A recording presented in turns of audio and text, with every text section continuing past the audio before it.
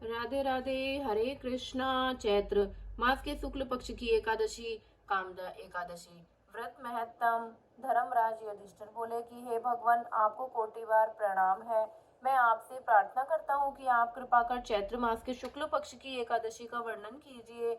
श्री कृष्ण भगवान बोले कि हे राजन, आप एक पुरानी कथा सुनिए जिसको वशिष्ठ जी ने राजा दिलीप से कही थी। राजा दिलीप ने पूछा कि गुरुदेव, चैत्र मास के शुक्ल पक्ष की एकादशी का क्या नाम है, उसमें किस देवता की पूजा होती है तथा उसकी विधि क्या है, तो आप सब कृपा करके कहिए। महर्षि वशिष्ठ जी बोले कि हे राजन, चैत्र मास के शुक्ल पक्ष की एकादशी का नाम कामदा है। यह पापों को नष्ट कर देती है। जैसे अग्नि सूखे काष्ठ आदि को जलाकर नष्ट कर देती है, वैसे ही कामदा एकादशी के पुण्य के प्रभाव से पाप नष्ट हो जाते हैं और पुत्र की प्राप्ति होती है। इसके व्रत से कुयोनि छूट जाती है और अंत में स्वर्ग की प्राप्ति होती है। अब मैं इसका महत्तम कहता हूँ, ध्यान पूर्वक सुनो।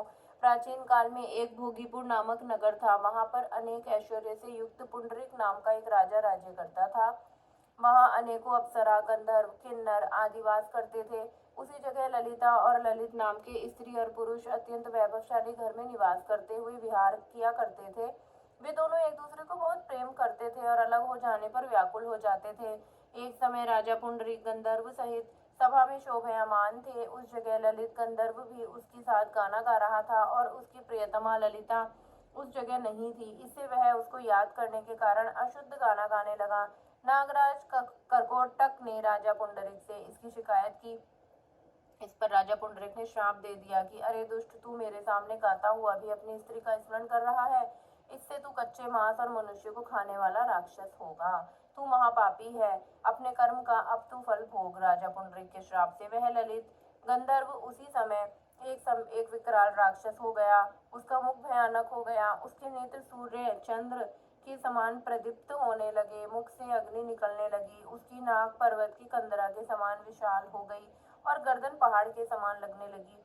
उसके सिर के बाल पर्वत पर उगने वाले वृक्षों के समान दिखाई देने लगे। उसकी दो भुजाएं योजन लंबी हो गईं। इस तरह उसका 8 योजन शरीर हो गया। राक्षस हो जाने पर उसको महान दुख मिलने लगा और अपने कर्म का फल भोगने लगा।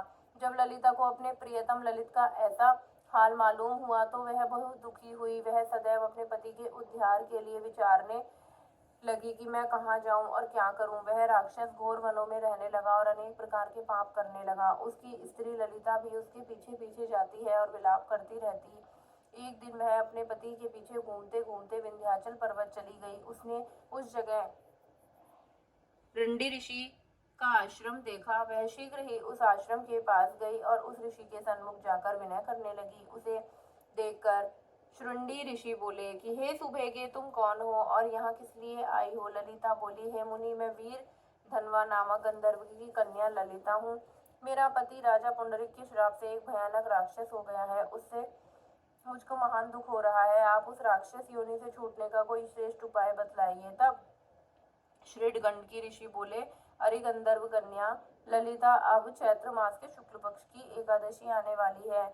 उसका नाम कामदा एकादशी है। उसके व्रत करने से मनुष्य के समस्त कार्य शीघ्र ही सिद्ध हो जाते हैं। यदि उस व्रत के पुण्य को अपने पति को दे देगी तो वह शीघ्र ही राक्षस योनि से छूट जाएगा और राजा का श्राप शांत हो जाएगा। मुनि के ऐसे वचन सुनकर ललिता ने आनंद पूर्वक उसका व्रत किया और द्वादशी के दिन ब्राह्मणों के सामने अपने व्रत का फल अपने पति को दे दिया और भगवान से प्रार्थना करने लगी कि हे प्रभु, मैंने जो यह व्रत किया है उसका फल मेरे पति देव को मिले, जिससे उनकी राक्षस योनि शीघ्र ही छूट जाए और रक्षा हो जाए। एकादशी को फल देते ही उसका पति राक्षस योनि से छूट गया और अपने पुराने स्वरूप को प्राप्त हुआ।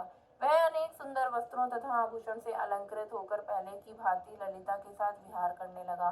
कामदा एकादशी के प्रभाव से वह पहले की भांति अब अधिक सुंदर हो गए और पुष्पक विमान पर बैठकर स्वर्गलोक को चले गए। हे राजन, इस व्रत को विधि पूर्वक करने से समस्त पाप नष्ट हो जाते हैं।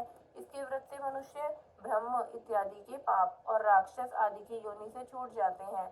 संसार में इससे महान कोई दूसरा व्रत नहीं है। इसकी कथा व महत्तम के श्रवण व पठन से वाजपेयी यज्ञ का फल प्राप्त होता है। राधे राधे।